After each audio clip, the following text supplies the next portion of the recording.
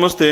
रोपवाला agree India private लिमिटेडच्या माध्यमातून आपला एकच उद्देश आहे की शेतकरी बांधव विकसित झाला पाहिजे, तो उद्योजक झाला पाहिजे, त्याला एक चांगल्या पद्धतीचा प्लॅटफॉर्म द्यायचं काम केलं आहे. तर आपल्याकडे संतोष जाधव सर बीडचे आणि शेगाववरून संदीप सर आपल्याकडे आलेले आहेत. तर त्यांनी संदीप सरांच्या बंधूने आपलं ट्रेनिंग घेतलं होतं आणि आता परत संतोष सरांनी पण स्वतः ट्रेनिंग घेतलं होतं. त्यांच्या आपण आज प्रतिक्रिया जाणून घेऊया आपण. धन्यवाद.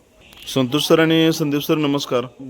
आपण गेल्या वर्षी नोव्हेंबर महिन्यामध्ये आपण ऊसाचं रोपवाटिकेचं ट्रेनिंग घेऊन तुम्ही सुरुवात केली, म्हणजे ऑलरेडी तुम्ही त्या क्षेत्रामध्ये काम करतात. आम्ही त्या क्षेत्रामध्ये जवळपास 2 वर्षे काम केलं होतं. माझ्याकडे ऑलरेडी भाजीपाल्याची पण नर्सरी, आंबा वगैरे मी स्वतः बनवतो. पण ऊसामध्ये शिरल्याच्या नंतर आम्हाला असं झालं की रोप काही केल्याने बनत नसायचं आणि कुणाकडे गेलं की नुसती वरवर माहिती सांगायची. मग इथं आल्याच्या नंतर भरपूर असं अनुभव तुम्ही सांगितलं त्या पद्धतीने आपण करीत गेलो. बेण्याची निवड झालं, सगळ्या गोष्टी, कोकोपीट वापरायचं कसं, बुरशीनाशक कोणत्या टायमाला वापरायचं, भट्टी कशी लावायची, डोळा कटिंग कसा करायचा, हे सगळं तुमच्यापासून एकदा शिकून घेतल्याच्या नंतर यावर्षी जवळपास 12 ते 15 लाखाच्या आसपासचं आमचं रोप विकलं गेलं, प्रोडक्शन झालं. झालं. तुम्हाला आता याचा मायक्रो लेवलला काय फायदा झाला? आता तुम्ही त्याला 4,500-5,000 रुपये काहीतरी भरून आलता तुम्ही ट्रेनिंग. तर आम्हाला त्याचं बेनिफिटच झालं सर. आमचं म्हणजे मानसिकता अशी पहिल्यांदा झाली किंवा आता हे ऊसामध्ये आपण काम करायचं नाही, आपल्या भागामध्ये याला वातावरण वगैरे सूट नाही, आपण बंद केलेलं बरं, अशी मानसिकता होऊन बसलेली होती. पण त्याचा आता तुम्हाला खूप चांगला फायदा होऊन 15 लाखाचं प्रोडक्शन. आता या वर्षी 15चं झालंय, पण पुढच्या वर्षी निश्चित आम्ही 50 लाखापर्यंत टार्गेट जायची अशी धरलेली तयारी.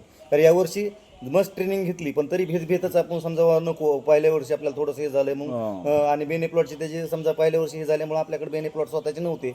आता आपण बेने प्लॉट वगैरे सगळे स्वतःचे तयारी करूनच त्या क्षेत्रामध्ये उतरलो. आता पुढच्या वर्षी आपलं सहज 50 लाखापर्यंत जाऊ शकतो. ओके, धन्यवाद. Thank you Santosh sir. संदीप दादा नमस्ते. नमस्ते. आपली भेट झाली शेगावमध्ये.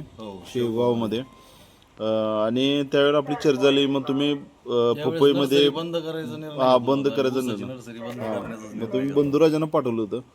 मग त्यानंतरची आता काय प्रतिक्रिया तुमची? त्याच्यानंतर या सीझनला काम चालू केलं.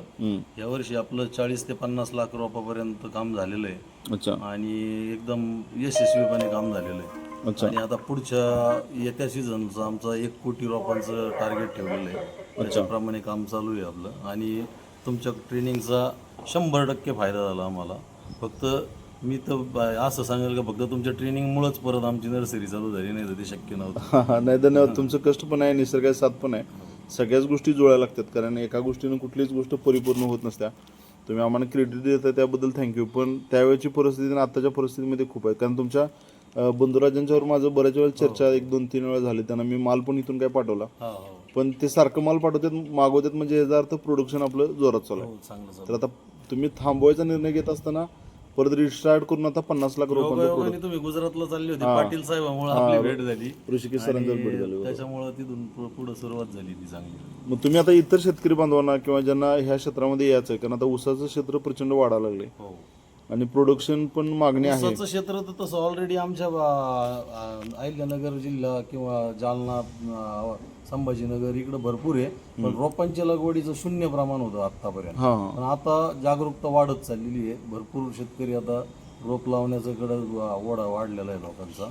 त्याच्यामुळं पण आपल्याकडे बऱ्यापैकी शेती करताना लोक किंवा हा व्यवसाय करताना बघून किंवा ट्रायल एररवर चालतं. मग ट्रेनिंग घेऊन जर हा व्यवसाय केला तर म्हणजे काय फायदा होणार आहे. जरी नवीन कोणाला सुरू करायचं असेल तर ट्रेनिंग घेऊनच केलं पाहिजे, असं तरी माझं म्हणणं. ओके, धन्यवाद. तुम्ही थँक्यू सो मच. दोघांनी खूप अमूल्य असा वेळ दिला आणि सध्याच्या भेट दिली तुम्ही ऊस पंढरीला, रोपवाला ॲग्री इंडिया ऑफिसला. तर थँक्यू, धन्यवाद, खूप खूप आभार आहे.